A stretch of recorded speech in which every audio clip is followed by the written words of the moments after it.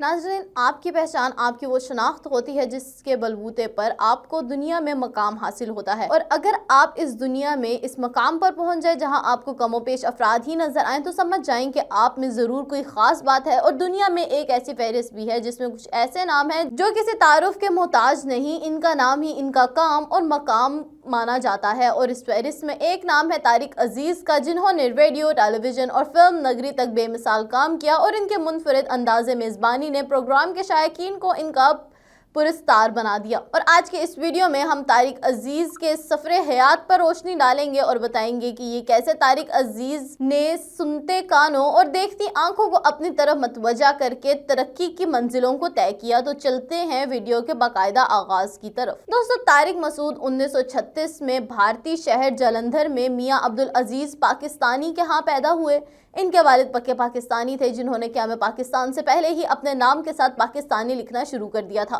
तारिक अजीज ने इब्तदाई तालीम जालंधर में हासिल की और क़याम पाकिस्तान के बाद अपने खानदान के हमरा सूबा पंजाब आ गए। बचपन साहिवाल में गुजरा। नाज़रीन, तारिक अजीज स्कूल के ज़माने में ही बहुत अच्छे मुकर्रर थे। कॉलेज के ज़माने में अदाकारी का शौक था और कई ड्रामों में काम भी किया। 1960 या 61 में रेडियो पाकिस्तान लाहौर से बतौर अनाउंसर अपनी पेशा वाराना जिंदगी का आगाज़ किया। 1962 में BA करने के बाद न्यूज़ एजेंसी में मुलाजिम हो गए। MA जर्नलिज्म की डिग्री भी हासिल की। 1964 में टेलीविज़न का क़याम अमल में आया तो वो टीवी के सबसे पहले मर्द अनाउंसर बने। 1975 में सरकारी टीवी से प्रोग्राम नीलाम घर शुरू किया और कमोबेश 40 साल तक अपने प्रोग्राम की मेज़बानी करते रहे, जिसे बाद में तारिक अजीज शो का नाम भी दे दिया गया। दोस्तों, तारिक अजीज एक कसीरुल जहद शख्सियत थे। कंपेयर, शायर, सियासतदान, कॉलम निगार और अदाकारी की हैसियत से अपनी सलाहियतों का लोहा मनवाया। अब भला कौन ऐसा शख्स होगा जिसमें ये सारे औसाफ हों। वो एक अहद साज शख्स थे। फिल्म हो या ड्रामा, स्टेज हो या फिर अदब, हर मैदान में तारिक अजीज ने अपने नक्श छोड़े। मगर इनकी सबसे बड़ी पहचान इनकी दबंग आवाज़, खूबसूरत तलफ़्फ़ुज़ और अदब पर उबूर था। जैसी भरपूर ज़िंदगी उन्होंने गुजारी बहुत ही कम लोग गुजार सकते हैं। इस लिहाज से वो खुशकिस्मत भी थे। इनका सबसे बड़ा एजाज़ ये था कि जब 26 नवंबर 1964 को सरकारी टीवी का आगाज़ हुआ तो मिनी स्क्रीन पर नजर आने वाली पहली तस्वीर तारिक अजीज मरहूम ही की थी। इससे कबल इसके बतौर अदाकार पहली फिल्म खामोश रहो 1964 में रिलीज हो चुकी थी, जिसमें वो फिल्म के आखिर में एक वकील के किरदार में नजर आए थे। तारिक अजीज की एक पहचान स्टेज शो नीलाम घर बना, जो पाकिस्तान का पहला गेम शो था और 4 दहाइयों तक सरकारी टीवी पर ऑन एयर रहा। गोया तारिक अजीज और नीलाम घर लाजिम मलजूम थे। दोस्तों, तारिक अजीज ने टीवी ड्रामों और फिल्मों में भी अदाकारी के जौहर दिखाए। इनके क्रेडिट पर 36 फिल्में हैं, जिनमें 32 उर्दू और 4 पंजाबी फिल्में हैं।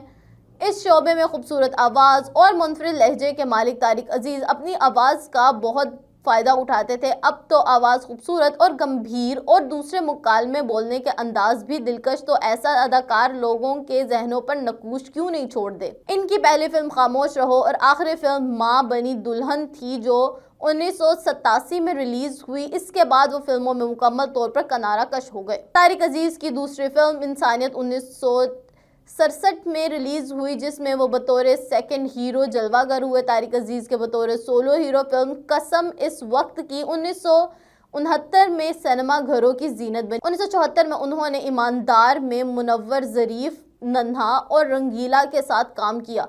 1975 में उन्होंने सरकारी टीवी का मशहूर क्विज शो नीलाम घर शुरू किया और इसी साल इनकी एक अहम फिल्म हार गया इंसान रिलीज हुई। 1974 में मुनव्वर ज़रीफ और रंगीला के साथ इनकी पंजाबी फिल्म मंजी कित्थे ढावा बड़ी कामयाब रही।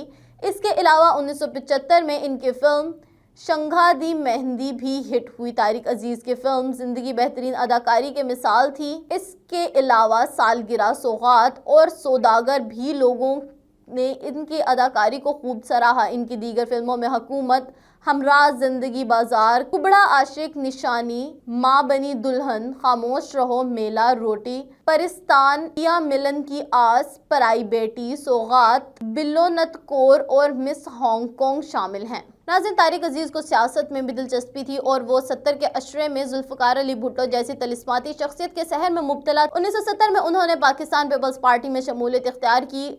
وہ پرجوش مقرر تھے اور اپنی شعلہ بیانی سے لوگوں کو اپنا گرویدہ بنا لیتے تھے۔ 1972 میں جب بھٹو اپنے ساتھیوں کے ہمراہ شملہ گئے تو طارق عزیز ایک وفد میں شامل تھے۔